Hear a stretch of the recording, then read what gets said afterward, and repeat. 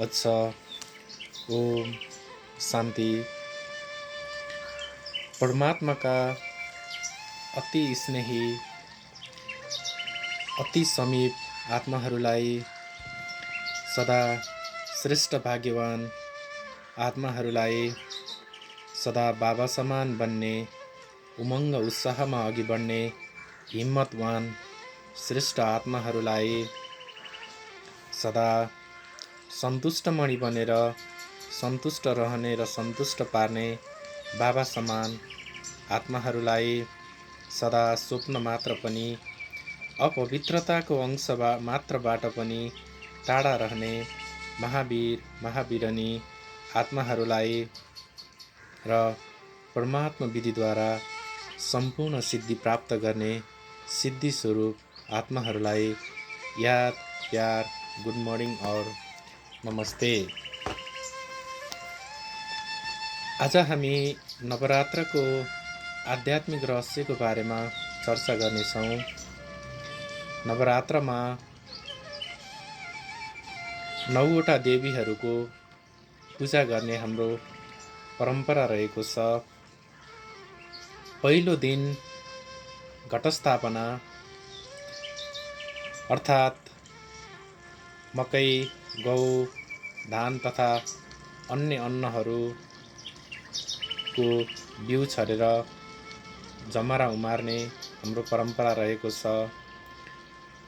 र घट अर्थात् हाम्रो मन स्थापना अर्थात् मनमा स्थापना गर्नु र यसको वास्तविक अर्थ के हो त भने परमात्माको यादद्वारा हाम्रो मनमा पवित्रता, मधुरता, सहनशीलता, अन्तर्मुखता, नम्रता, धैर्यता, हर्षितमुखता, सादगी, सरलता, दिव्यता तथा सत्यता जस्ता दैवी गुणहरूको स्थापना आफ्नो मनमा गर्नु भन्ने यसको आध्यात्मिक रहस्य रहेको छ।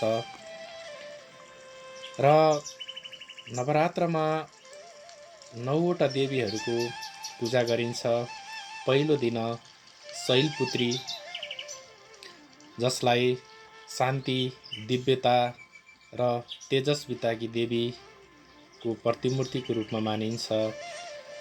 दोस्रो दिन ब्रह्मचारिणी, जसलाई सद्गुण, सदाचारकी देवी, ब्रह्मचर्यको व्रतलाई पालना गर्ने देवी अर्थात् प्रग शक्तिकी देवीको रूपमा पूजिन्छ। तेस्रो दिन चन्द्रघण्टा, जसलाई वीरता, धीरता र शूरता, शान्त, सौम्य र कल्याणकारी भावनाकी देवीको रूपमा पूजा गरिन्छ। त्यस्तै चौथो दिन देवी कुष्माण्डा, जसलाई सूर्य समान कान्ति र प्रभा भएकी, ओठमा मिठो मुस्कान, आन्तरिक दिव्य गुण र शक्तिले भरपूर देवीको रूपमा मानिन्छ। त्यस्तै गरी पाँचौँ दिनमा देवी स्कन्दमाता, जसलाई ज्ञान शक्ति, कर्मशक्ति र योगक्षेमकी देवी अर्थात् पराक्रम र निर्भयताकी प्रतिमूर्ति मानिने तथा सर्वशक्ति, सद्गुण र सदाचारकी देवीको रूपमा पूजा गरिन्छ। त्यस्तै छैटौँ दिन देवी कात्यायनी, जसलाई सन्तुष्टता, सहनशीलता र ज्ञानकी देवीको रूपमा पूजा गरिन्छ। सातौँ दिन कालरात्रि, जसलाई ज्वाला स्वरूप, रौद्र रूप र संहारकारी देवी अर्थात् असुर संहारिणी देवीको रूपमा पूजा गरिन्छ। त्यस्तै आठौँ दिन देवी महागौरी, जसलाई सौन्दर्यता, शान्ति, स्नेह, करुणाकी देवीको रूपमा मानिन्छ। र अन्तिम देवी अर्थात् सिद्धिदात्री, जसलाई आत्मसंयम, अनासक्त भाव, अप्रभावित, अविचलित, सुख, शान्ति र समृद्धि तथा भगवान शिवबाट सम्पूर्ण सिद्धि प्राप्त गर्ने देवीको रूपमा पूजा गरिन्छ। र 10औँ दिन विजया दशमीको टीका आफूभन्दा ठुला व्यक्तिहरूबाट ग्रहण गर्ने प्रचलन हाम्रो परम्परा अनुसार रहेको छ। र यसको वास्तविक अर्थ के हो भन्दा जब हामी भगवानको ज्ञान र योगमा भगवानले हामीलाई चलाउन थाल्नुहुन्छ। त्यसपछि हामीभित्र रहेका जो काम, क्रोध, लोभ, मोह, अहङ्कार, ईर्ष्या, मद, आलस्य, निन्द्रा जस्ता जति पनि विकारहरू छन्, यी विकारहरूलाई शुम्भ, निशुम्भ, महिषासुर, विभिन्न रक्तबीजहरू जस्ता असुरहरूको रूपमा प्रस्तुत गरिएको छ।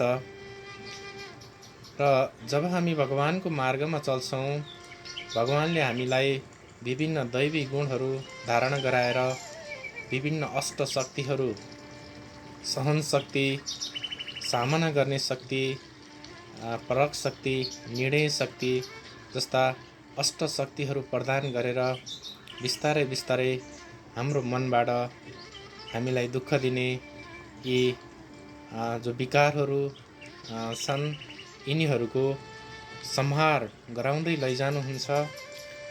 र घटस्थापना अर्थात् शैलपुत्री देवीदेखि लिएर ब्रह्मचारिणी, चन्द्रघण्टा, कुष्माण्डा, स्कन्दमाता लगायत सिद्धिदात्रीसम्म जति पनि देवीहरू को यादगार देखाइएको छ, त्यो हामी आफ्नै पुरुषार्थी जीवनको विभिन्न स्टेजहरूको यादगार बताइएको छ। र यसरी 7औं दिन कालरात्रि देवीको पूजा हुन्छ र हामी चाहिँ भगवानको योगमा ज्वाला स्वरूप रूपमा हामी भगवानको याद गर्छौँ, जसबाट हामीभित्र भएका महिषासुर जस्ता कडा कडा विकारहरूको वध हुन पुग्छ, भस्म हुन पुग्छन्। त्यस्तै गरेर सम्पूर्ण विकारहरू विनाश भइसकेपछि हामी महागौरी अर्थात् आत्मा सम्पूर्ण गोरो, सम्पूर्ण पवित्र शुद्ध बन्न पुग्छ, महागौरीको रूपमा देखाइएको छ जसलाई। र अन्तिममा जब हामी सम्पूर्ण गोरो बन्छौँ, तब परमात्मा शिव भगवानद्वारा हामीलाई सम्पूर्ण सिद्धि प्राप्त हुन्छ, जसको यादगार देवी सिद्धिदात्रीलाई देखाइएको छ। यसरी वास्तवमा नवरात्रमा पूजा गरिने विभिन्न देवीहरू तथा त्यसको वास्तविक अर्थको रूपमा हामीले आज चर्चा गऱ्यौँ। अच्छा, ओम शान्ति।